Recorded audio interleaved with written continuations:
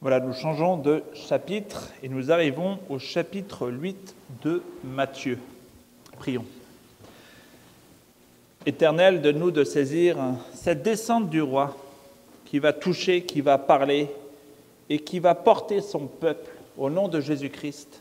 Amen.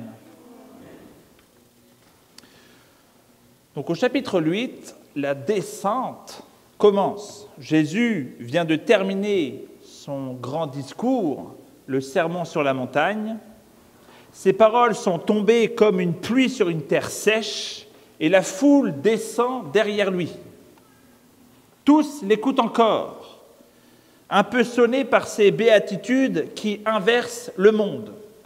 Et soudain, nous allons le lire, un homme fend la foule. On entend des cris de recul, des murmures de peur, on le reconnaît, c'est un lépreux. Il ne pue pas seulement de maladie, il pue l'exclusion. Il pue comme celui qu'on traitait de non-vacciné au plus fort de la Covid, que l'on écartait, que l'on regardait de travers, que nous ne nous invitons même plus chez nous. Un homme qu'on évite, un homme qu'on garde loin. Et peut-être qu'on pourrait ajouter les prières de rue et bientôt l'école à la maison. La loi disait « Tu habiteras à l'écart, tu crieras impur, impur ». Il tombe à genoux devant Jésus-Christ, il ne prononce pas de discours, il ne plaide pas ses mérites, il ne va pas crier sa détresse, il va le dire peu, très peu, il va demander une supplication « Seigneur, si tu veux, tu peux me rendre pur ».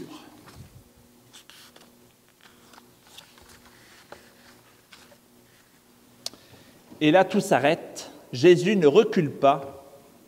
Il ne lève pas la main pour se protéger. Il ne détourne pas le regard.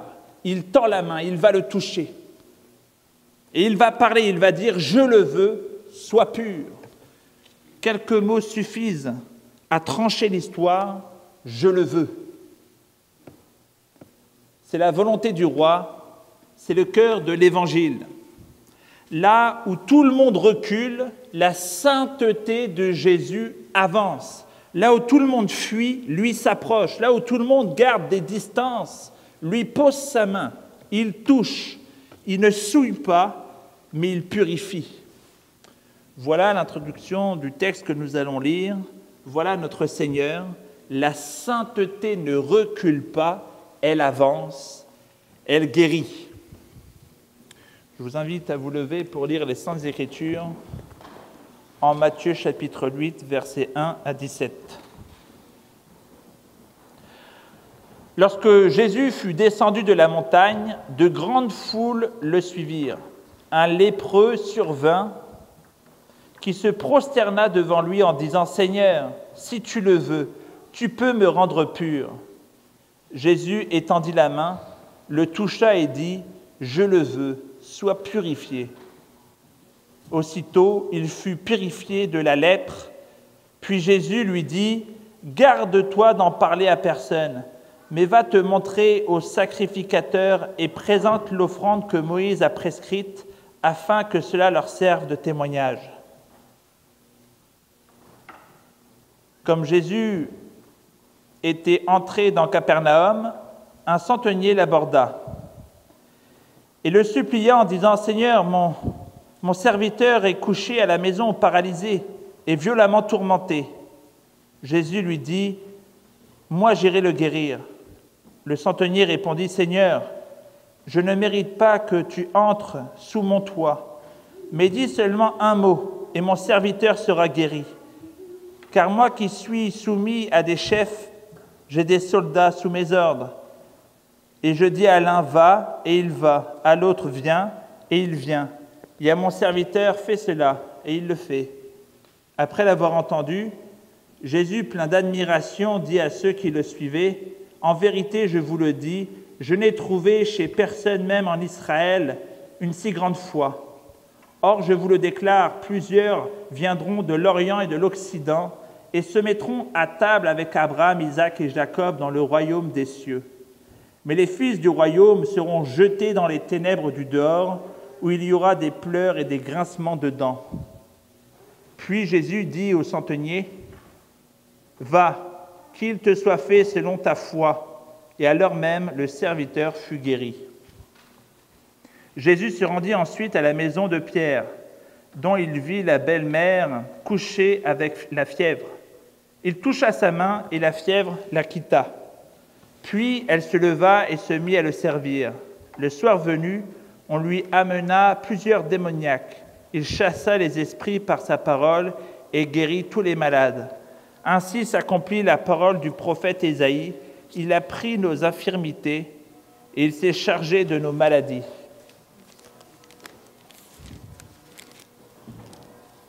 Je vous invite à vous asseoir.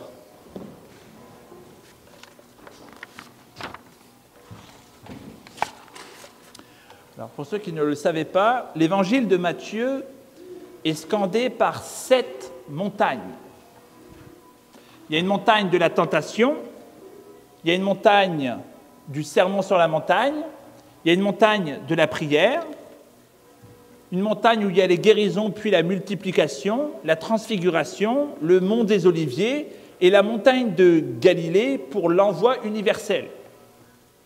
À chaque sommet, Dieu parle ou agit. La montagne, dans les Saintes Écritures, est un lieu de révélation. Le début et la fin des montagnes se répondent. La première montagne que nous voyons dans les Saintes Écritures, c'est cette montagne où Jésus-Christ est tenté. Satan offre des royaumes sur la montagne de la tentation. Le Père donne toute autorité. Du moins, à la fin de Matthieu, la dernière montagne, c'est là où le Père va donner toute autorité sur toute la terre. Et donc, ce qui suit la montagne est tout aussi important. Au Sinaï, Moïse descendait avec les tables et rencontrait la rébellion. Dans Matthieu, Jésus descend de la montagne et rencontre la misère. Moïse redescendait avec la loi gravée dans la pierre. Jésus descend avec la loi gravée dans son cœur.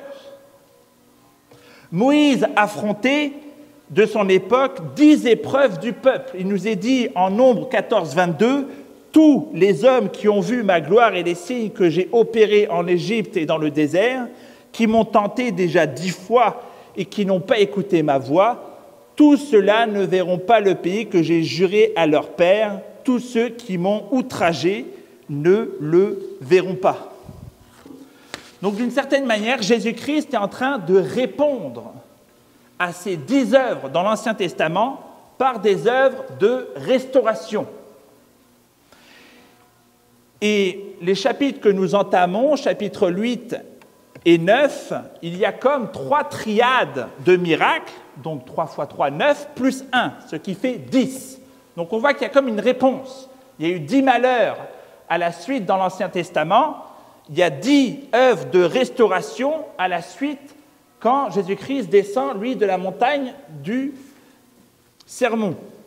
Donc Matthieu ne l'énonce pas, mais sa composition s'y prête. On doit comprendre cela. Lorsque Matthieu écrit 10 œuvres de restauration, il est en train de répondre à ces 10 œuvres de malheur dans l'Ancien Testament.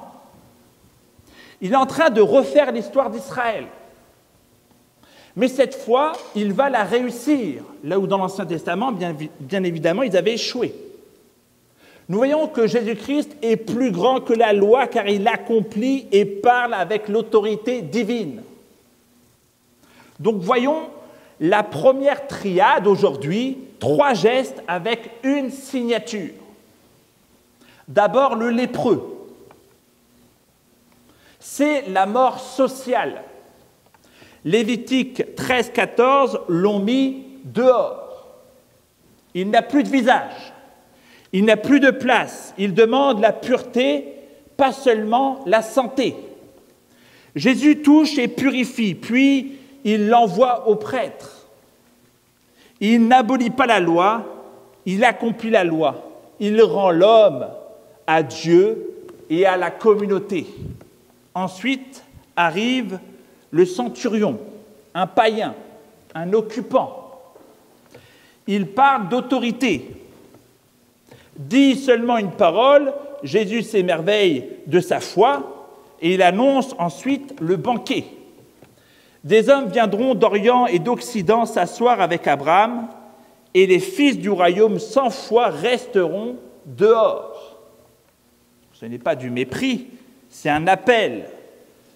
Entre par la foi. Jésus parle à distance et le serviteur est guéri à l'heure même. Et enfin, il y a cette belle-mère de Pierre qui a une fièvre, un lit.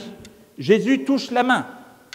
La fièvre tombe, elle se lève, elle serre, la guérison s'achève en diaconie, sauvée pour servir. Et au soir, la ville arrive, il y a les possédés, les malades, les fatigués, où Jésus dit une parole et il les guérit tous. Et Matthieu ouvre le sens. C'était pour accomplir ce qu'avait annoncé Ésaïe. Il prit nos infirmités et il s'est chargé de nos maladies. Donc nous voyons qu'il porte déjà, pas seulement à la croix, toute sa vie, il prend sur lui ce qui nous écrase. C'est l'axe de notre texte, 3 verbes. Il touche l'exclu, il parle avec autorité et il porte nos fardeaux. Donc nous allons voir ces 3 gestes un peu plus en détail et ensuite entendre son appel. Donc lorsqu'il touche, le lépreux n'apporte rien, sinon son odeur de mort. Il apporte son exil, il apporte sa honte. Pas de mérite, rien qu'une vie rongée. Et pourtant, sa phrase est juste, limpide comme une prière, si tu le veux. Le salut commence là, non pas dans la force de l'homme, mais dans la volonté du roi. Et face à ce constat, Jésus ne devient pas impur, non. Sa pureté n'est pas fragile. Sa sainteté n'est pas défensive. Sa sainteté à Jésus-Christ, elle est conquérante. Elle ne recule pas, elle avance. Quand la lèpre se propage, à la rencontre de Jésus-Christ, la lèpre se dessèche. Le péché recule. La mort s'enfuit. Et si cela est vrai pour un lépreux, c'est vrai pour ta vie. Si Jésus l'a fait pour un corps, il le fait pour une âme. Il prend nos impuretés, il les charge sur ses épaules, il les emporte loin jusqu'à la croix, jusqu'au tombeau vide. Donc nous voyons que Jésus-Christ n'ôte pas simplement le mal, il gagne sur le mal. C'était tout l'objet du discours sur la montagne. Il est en train de le mettre en pratique. Et pourtant, ce miracle n'est pas un prétexte de révolte contre la loi. Jésus ne méprise pas Moïse, il envoie l'homme au prêtre. Car la grâce n'abolit pas, elle accomplit. Et le lépreux ne revient pas seulement à la santé, il revient à Dieu, il revient au peuple, il revient à la vie. Voilà l'Évangile. Un Dieu qui ne fuit pas nos impuretés, mais qui les touche, qui les prend, qui les emporte. Un Dieu qui rend l'exclu à la communion.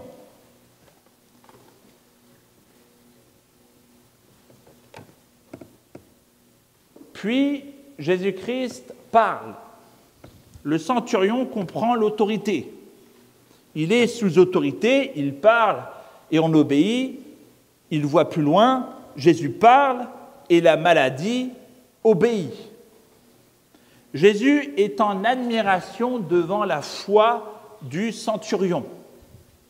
Et soudain, il lève les yeux plus loin que Capernaum et il voit une table immense. La table d'Abraham, d'Isaac et de Jacob. La promesse ancienne devient un festin. Je vous le déclare, plusieurs viendront de l'Orient et de l'Occident et se mettront à table avec Abraham, Isaac et Jacob dans le royaume des cieux. Il dit cela au contact d'un païen. C'est un choc. Les nations, les étrangers, ceux que certains en Israël traitaient de chiens, eux peuvent entrer. Eux s'assoient. Eux mangent au banquet. Et Jésus ajoute, « Les fils du royaume seront jetés dans les ténèbres du dehors, où il y aura des pleurs et des grincements de dents. » Donc ici, Jésus-Christ, il vise bien quelqu'un. Ça paraît fou, mais c'est ce qu'il est en train de dire. Il est en train de dire, il vise d'abord les fils du royaume, donc il est en train de parler d'Israël, selon l'Alliance. Il est en train de leur dire, il y a des païens qui vont manger à la table avec Abraham, et vous allez sortir du banquet. C'est ce qu'il est en train de dire là, des Juifs. Aujourd'hui, l'avertissement concerne tous ceux qui se croient dedans sans la foi. C'est pour ça qu'il faut prêcher l'évangile aux Romains. Parce que bien souvent, ils pensent être dans l'alliance sans la foi. Ceux qui se croyaient premiers seront dehors. Ceux qui semblaient loin seront dedans. La table est large, les places nombreuses et le royaume ouvert aux nations. Mais l'avertissement est tranchant. On n'entre pas avec un passeport religieux. On entre par la foi. Ailleurs, Jésus-Christ parlera de nouvelle naissance en Jean 3. Alors Jésus dit au centurion, « Va qu'il te soit fait selon ta foi. » Et alors même, le serviteur fut guéri.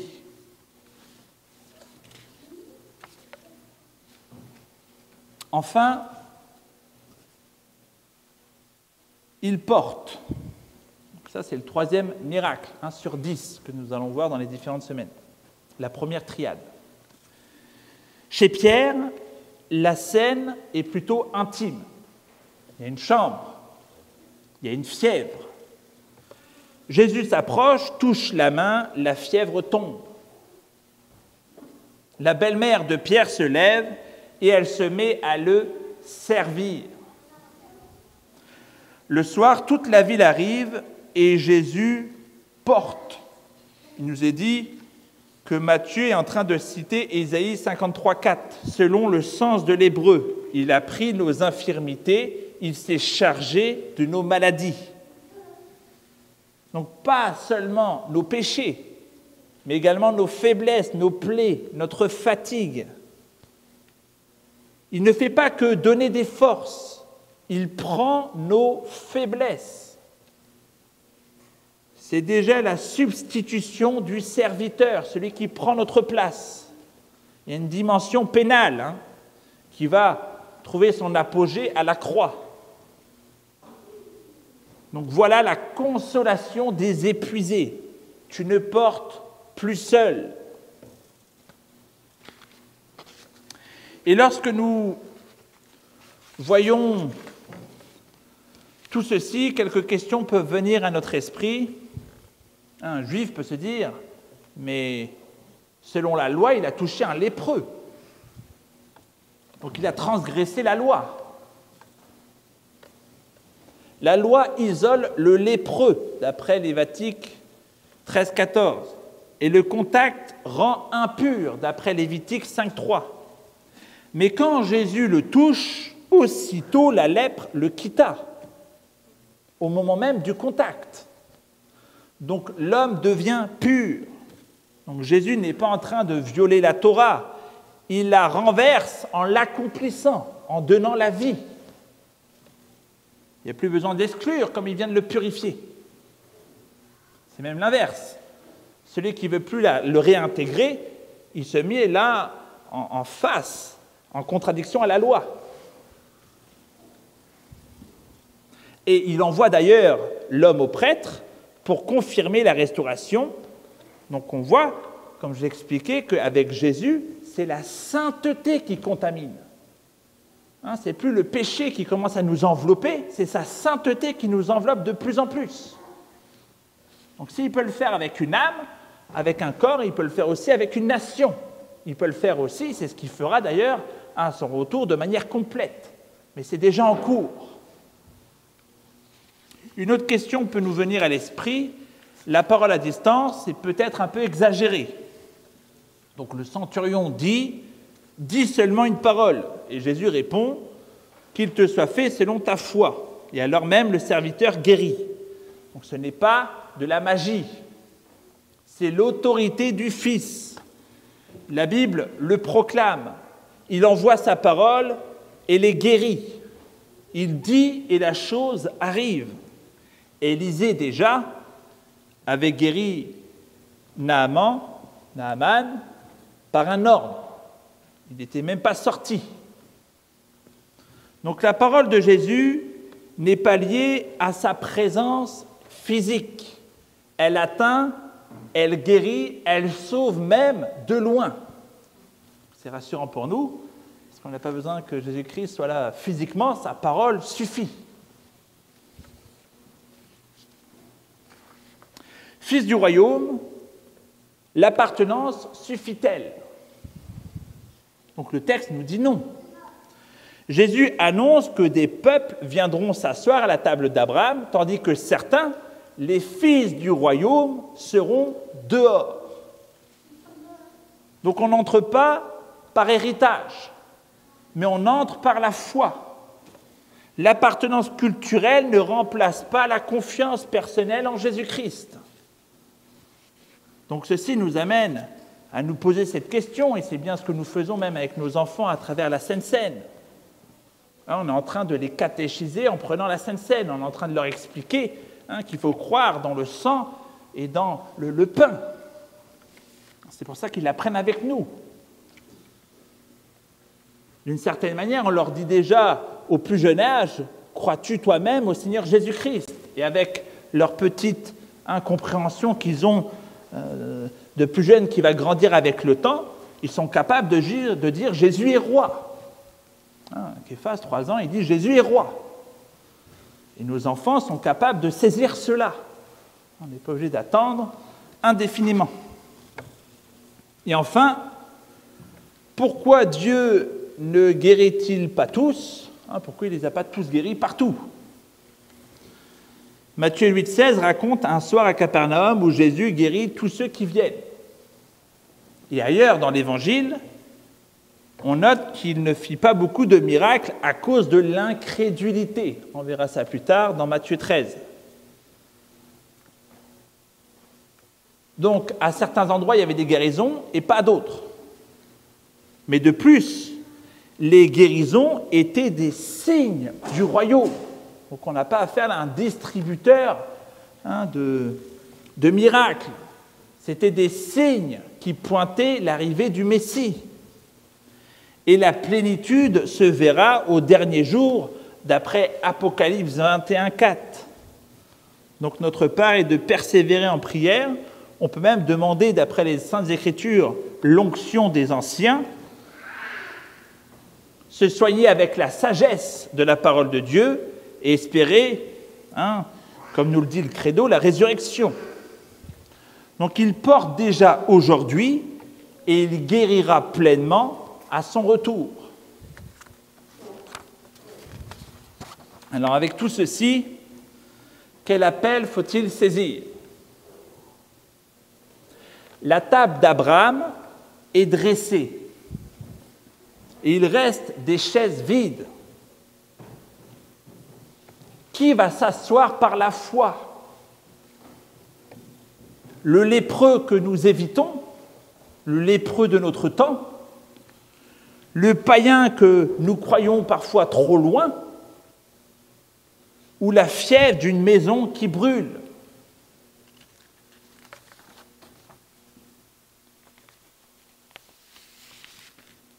Ne sors pas de ce culte en gardant l'idée d'une chaise vide.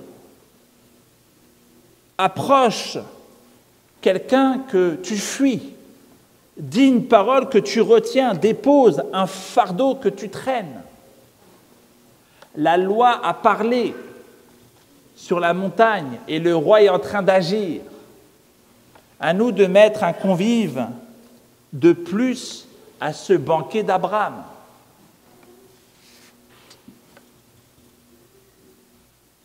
Et j'espère qu'au plus profond de votre âme, il y a cette phrase qui vient « Seigneur Jésus-Christ, nous le voulons ». Amen.